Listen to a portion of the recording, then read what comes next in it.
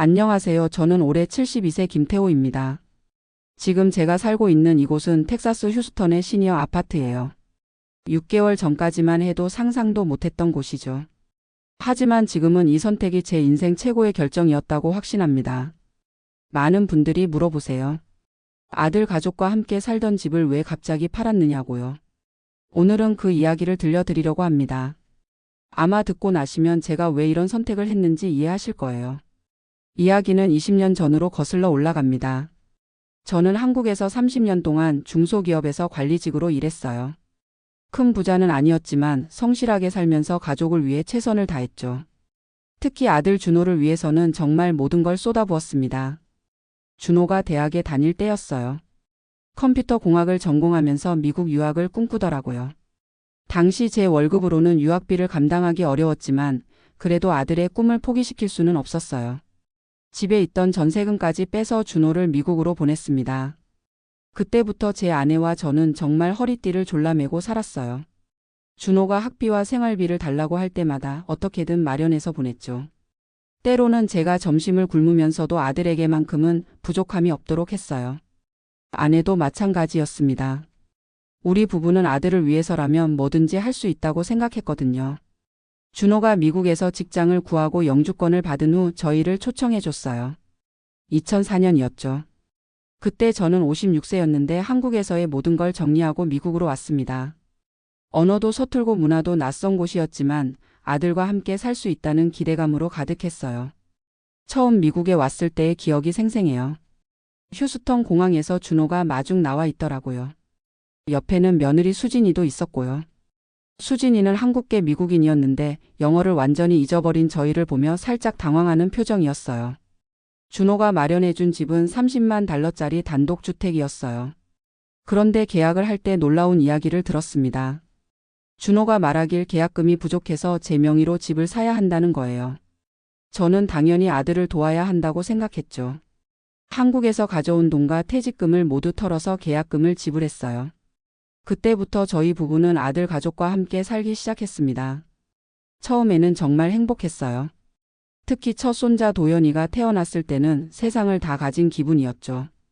그 작은 생명을 처음 안았을 때의 감동을 어떻게 표현할까요? 그런데 시간이 지나면서 상황이 달라지기 시작했어요. 준호와 수진이는 둘 다 직장을 다녀야 했고 자연스럽게 도연이를 돌보는 일이 저희에게 맡겨졌습니다. 처음에는 기꺼이 했어요. 손자를 돌보는 게 얼마나 즐거운 일인가요? 하지만 둘째인 하은이까지 태어나면서 상황은 완전히 달라졌습니다. 저는 매일 새벽 6시에 일어나서 아이들 아침을 차려주고 도연이를 학교에 데려다주고 하은이를 데이케어에 맡기고 다시 픽업하고 저녁 준비하고 숙제 도와주고 하루 종일 쉴 틈이 없었어요.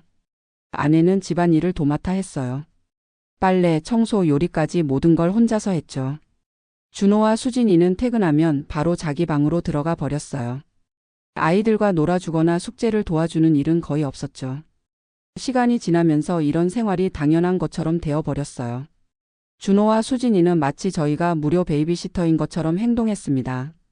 가끔 친구들을 집에 초대할 때면 저희더러 방에 들어가 있으라고 하기도 했어요.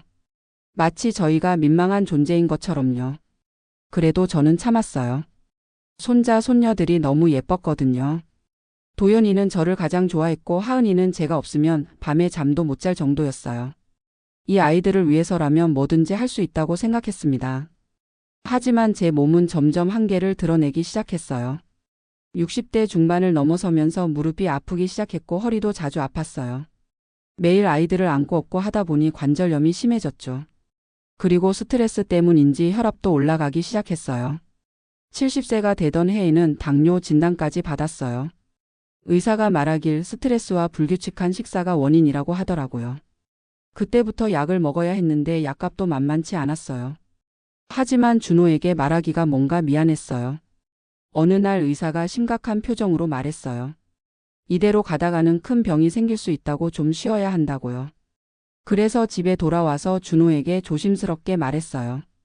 며칠만 쉬었으면 좋겠다고 병원에서 권했다고요. 그런데 준호의 반응이 차가웠어요. 그러면 아이들은 누가 돌보냐고 자기들은 직장 때문에 못한다고 하더라고요. 수진이는 더 심했어요. 아버님이 건강관리를 잘못한 거 아니냐고 나이 들면 아픈 게 당연한 거 아니냐고 말하더라고요. 그 순간 정말 서글펐어요. 10년 동안 손자들을 키워주면서 제 건강을 해친 건데 마치 제가 잘못한 것처럼 말하는 거예요. 하지만 그래도 참았어요. 아이들 때문이었죠. 상황은 점점 더 나빠졌어요. 아내가 먼저 쓰러졌어요. 어느 날 갑자기 가슴이 아프다고 하면서 응급실에 실려갔죠. 다행히 심각한 건 아니었지만 의사가 과로와 스트레스가 원인이라고 했어요. 그때부터 아내는 집안일을 제대로 못하게 됐어요. 그러자 준호와 수진이가 본색을 드러내기 시작했어요. 집이 더러워졌다고 불평하고 아이들 돌봄이 엉성해졌다고 잔소리를 했어요. 심지어 수진이는 시어머니가 아프면 요양원에라도 보내야 하는 거 아니냐고 말했어요. 그런 와중에 결정적인 사건이 일어났어요. 제가 무릎이 너무 아파서 도연이 학교 픽업을 못한 날이 있었어요. 그날 수진이가 급히 회사에서 나와야 했죠. 그 일로 집에서 큰 소리가 났어요. 수진이가 소리를 지르더라고요. 자기들이 왜 이렇게 불편하게 살아야 하냐고 아버님들이 너무 의존적이라고요. 그리고는 이제 독립적으로 살 나이가 되지 않았냐고 따로 사는 게 어떻겠냐고 말했어요. 준호도 거기에 동조했어요. 요즘 시니어 아파트도 좋은 데가 많다고 거기서 사시면 더 편할 거라고 하더라고요. 물론 겉으로는 저희를 위한 말처럼 포장했지만 속뜻은 뻔했죠. 저희를 짐으로 여기고 있다는 게 확실했어요. 그날 밤 정말 많은 생각을 했어요. 20년 동안 아들을 위해 모든 걸 바쳤는데 결국 이런 취급을 받는구나 싶어서 마음이 아팠어요. 10년 동안 손자들을 키워주면서 제 건강까지 망가뜨렸는데 이제 필요 없어졌으니 나가라는 거잖아요. 하지만 가장 속상한 건 아이들이었어요. 도연이와 하은이는 할아버지 할머니 없으면 안 되는 아이들인데 어떻게 헤어질 수 있을까요? 그 아이들 생각하니까 눈물이 났어요. 며칠 고민하다가 갑자기 한 가지 사실이 떠올랐어요. 이 집이 제 명의라는 걸 말이에요. 20년 전에 아들을 도와주려고 제 이름으로 산 집이었죠. 그동안 모기지 페이먼트도 준호가 냈지만 법적으로는 제 소유였어요. 그때 번뜩 아이디어가 떠올랐어요. 진짜 독립을 보여주자고 생각한 거예요. 그냥 집에서 나가는 게 아니라 정말로 제가 주인이라는 걸 보여주자고요. 다음 날부터 비밀리에 움직이기 시작했어요. 먼저 부동산 에이전트에게 연락해서 집값을 알아봤어요. 20년 사이에 집값이 많이 올라서 45만 달러 정도까지 받을 수 있다고 하더라고요. 30만 달러에 산 집이 15만 달러나 오른 거죠. 그 다음에는 시니어 아파트를 알아봤어요. 집에서 그리 멀지 않은 곳에 괜찮은 시니어 커뮤니티가 있었어요. 월 렌트는 2,500달러 정도였는데 제가 받는 소셜 시큐리티로도 충분히 감당할 수 있는 금액이었어요. 모든 준비를 마친 후 집을 매물로 내놨어요. 마침 그 지역이 인기가 좋아서 일주일 만에 43만 달러에 팔렸어요. 계약금까지 받고 한 달 후에 클로징하기로 했죠. 그리고 시니어 아파트도 계약했어요. 가구가 딸린 곳이라 바로 입주할 수 있었어요. 모든 준비가 끝나고 나서야 준호에게 말했습니다. 그날 저녁 준호와 수진이가 퇴근한 후 거실에 모두 모이라고 했어요. 아이들도 함께 있었죠. 그리고 조용히 말했어요. 준호야, 내가 우리더러 독립하라고 했지? 그래서 정말로 독립하기로 했다. 이 집을 팔았어. 순간 거실이 조용해졌어요. 준호가 어리둥절한 표정으로 물었어요. 무슨 소리냐고, 집을 왜 파냐고요. 이 집은 내 명의야. 20년 전에 내를 도와주려고 내 이름으로 산 거지. 그동안 모기지는 내가 냈지만 법적으로는 내 집이었어. 43만 달러에 팔렸고 한 달 후에 새 주인이 들어와. 그러니까 너희는 30일 안에 이사를 나가야 해. 수진이가 소리를 질렀어요. 그럴 권리가 없다고. 자기들이 20년 동안 모기지를 냈다고요. 하지만 법적으로는 제가 소유주였어요. 모기지도 제 크레딧으로 받은 거였고요. 준호는 완전히 패닉 상태가 됐어요. 갑자기 집을 나가라고 하면 어떻게 하냐고, 새 집을 구할 시간도 없다고 하더라고요. 그때 제가 말했어요. 30일이면 충분하지. 나도 시니어 아파트 일주일 만에 구했어. 그리고 내가 먼저 우리더러 나가라고 했잖아. 이제 정말로 독립하는 거야. 도연이와 하은이가 울기 시작했어요. 할아버지가 어디 가시냐고 같이 살자고 하더라고요. 그 모습을 보니까 제 마음도 아팠지만 이미 결정한 일이었어요. 그날 밤부터 준호와 수진이가 발등에 불이 떨어졌어요. 급하게 새 집을 구해야 했거든요. 하지만 휴스턴 집값이 많이 올라서 적당한 집을 찾기가 쉽지 않았어요. 게다가 준비 없이 갑자기 구해야 하니까 더 힘들었죠. 며칠 후에 준호가 와서 무릎을 꿇고 사정했어요. 잘못했다고 다시 함께 살자고 하더라고요. 수진이도 눈물을 흘리면서 죄송하다고 했어요. 하지만 저는 마음을 바꾸지 않았어요. 이미 늦었어. 20년 동안 너희를 위해 모든 걸 했는데 결국 짐짝 취급했잖아. 이제 정말로 각자 살아야지. 그때 수진이가 더 이상 참지 못하고 본심을 드러냈어요. 그럼 그동안 모기 지낸 돈은 어떻게 하냐고, 20년 동안 집 관리한 거는 뭐냐고 소리를 지르더라고요. 역시 돈 때문에 아쉬워하는 거였어요. 제가 차분히 말했어요. 모기 지낸 돈 계산하자. 20년 동안 월 2,000달러씩 해서 총 48만 달러 냈지. 하지만 계약금 6만 달러는 내가 냈어. 그리고 20년 동안 집값이 15만 달러 올랐고, 무엇보다 우리가 10년 동안 애들 키워준 값은? 베이비시터 비용으로 계산하면 월 3,000달러는 좋게 되지. 10년이면 36만 달러야. 과연 누가 누구한테 빚진 거지? 수진이가 할 말이 없어졌어요. 정말로 계산해 보니까 저희가 해준 게 훨씬 많았거든요. 베이비시터 비용, 하우스키핑 비용, 요리 비용까지 합치면 엄청난 금액이었어요. 준호도 고개를 숙였어요.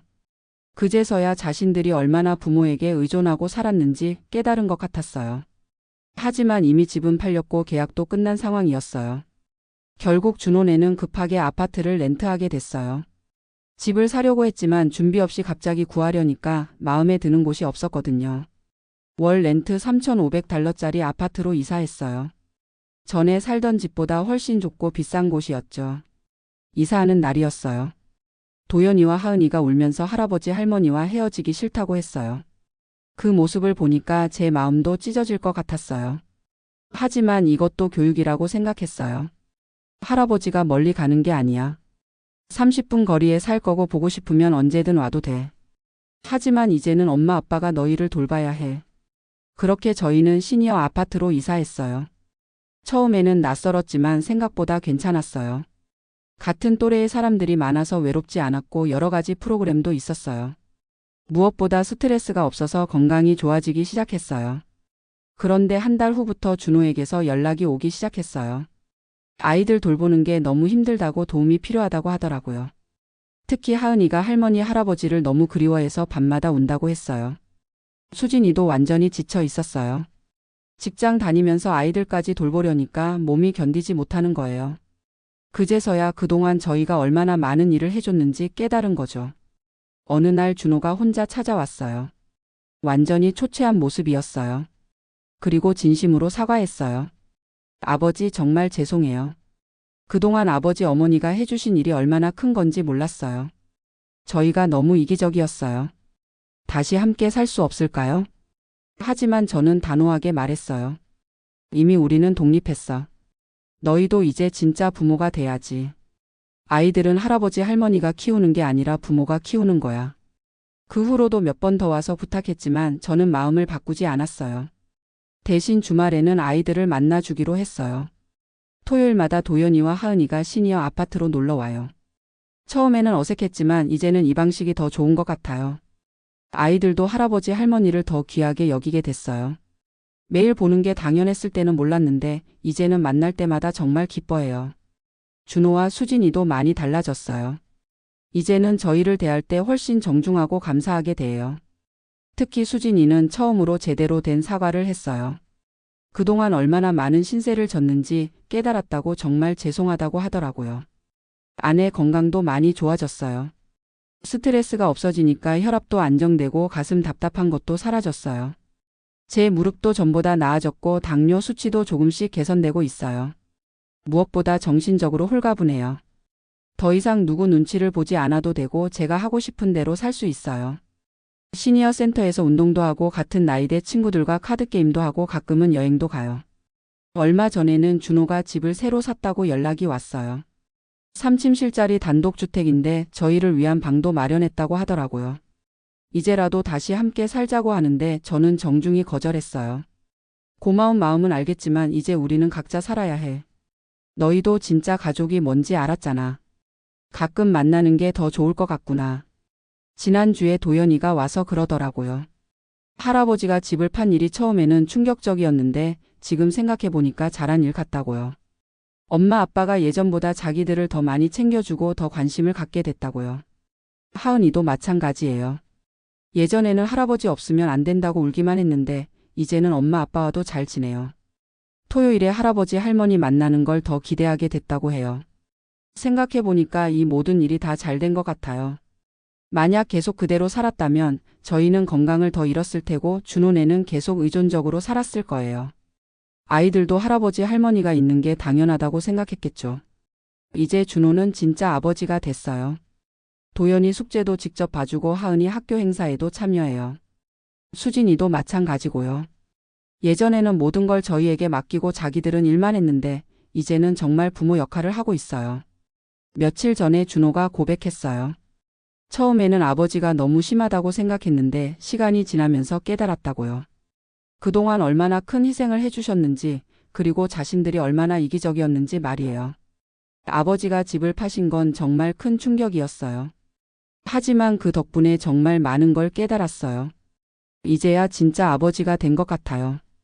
수진이도 완전히 달라졌어요. 예전에는 시아버지를 부담스러워했는데 이제는 정말 감사하게 생각해요. 가끔 직접 요리해서 가져오기도 하고 건강은 어떠시냐고 안부도 묻어요. 그런 모습을 보면서 제가 한 선택이 정말 잘된 일이라고 확신하게 됐어요. 가끔 아이들이 그리울 때도 있지만 이제는 할아버지로서의 적절한 거리를 유지하면서 사랑을 주고 있어요. 어제 하은이가 그러더라고요. 할아버지가 용감해서 멋있다고요.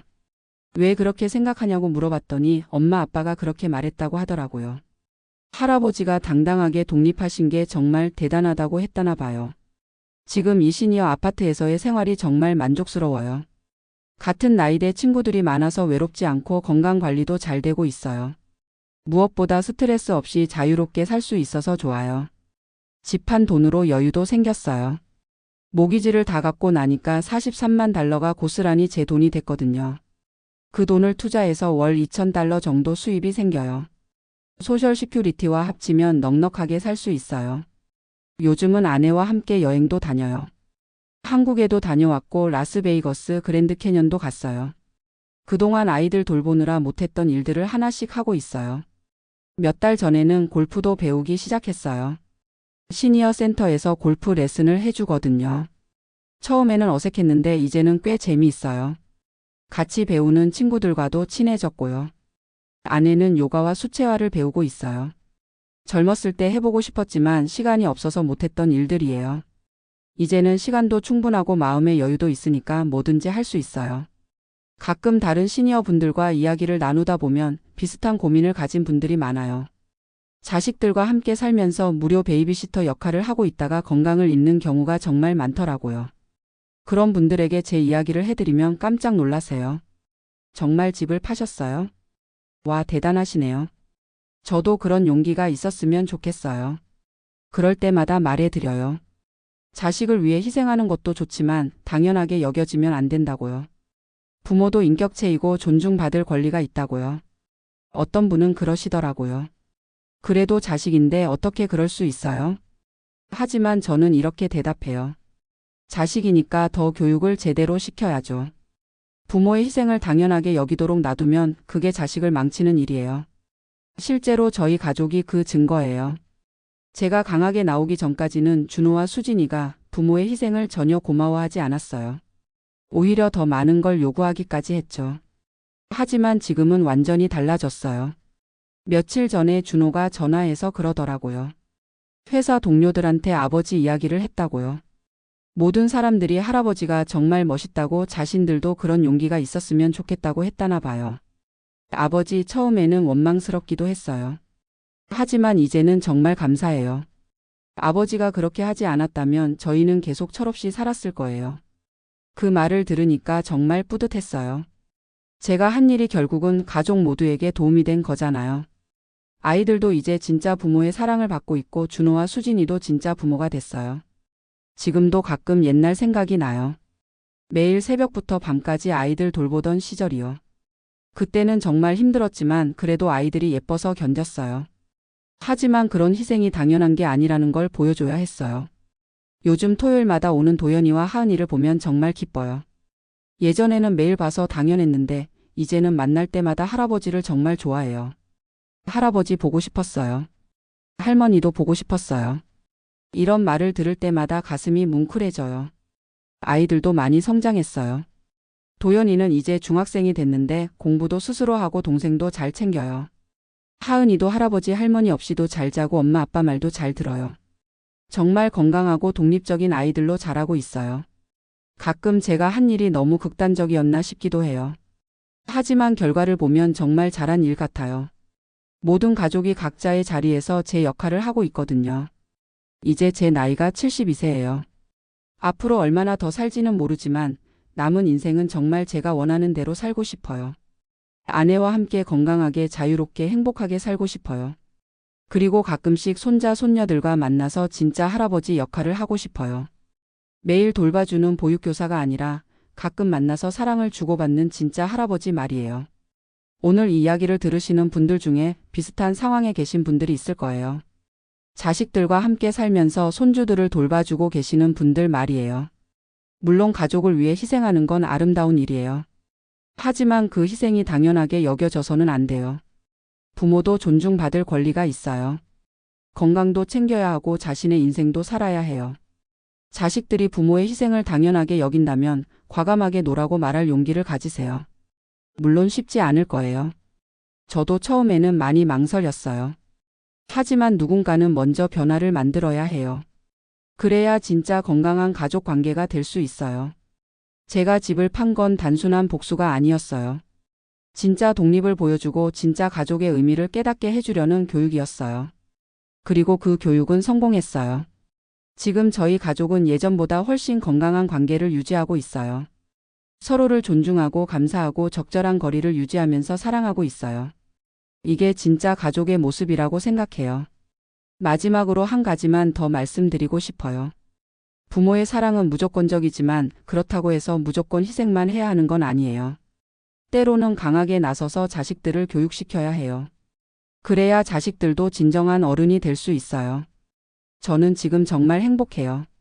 건강도 좋아졌고 마음도 편해졌어요. 무엇보다 가족들이 서로를 더 소중히 여기게 됐어요. 이보다 더 좋은 결과가 있을까요? 여러분도 용기를 내세요. 부모로서의 권리를 찾으세요. 그것이 결국은 온 가족을 위한 일이 될 거예요. 감사합니다.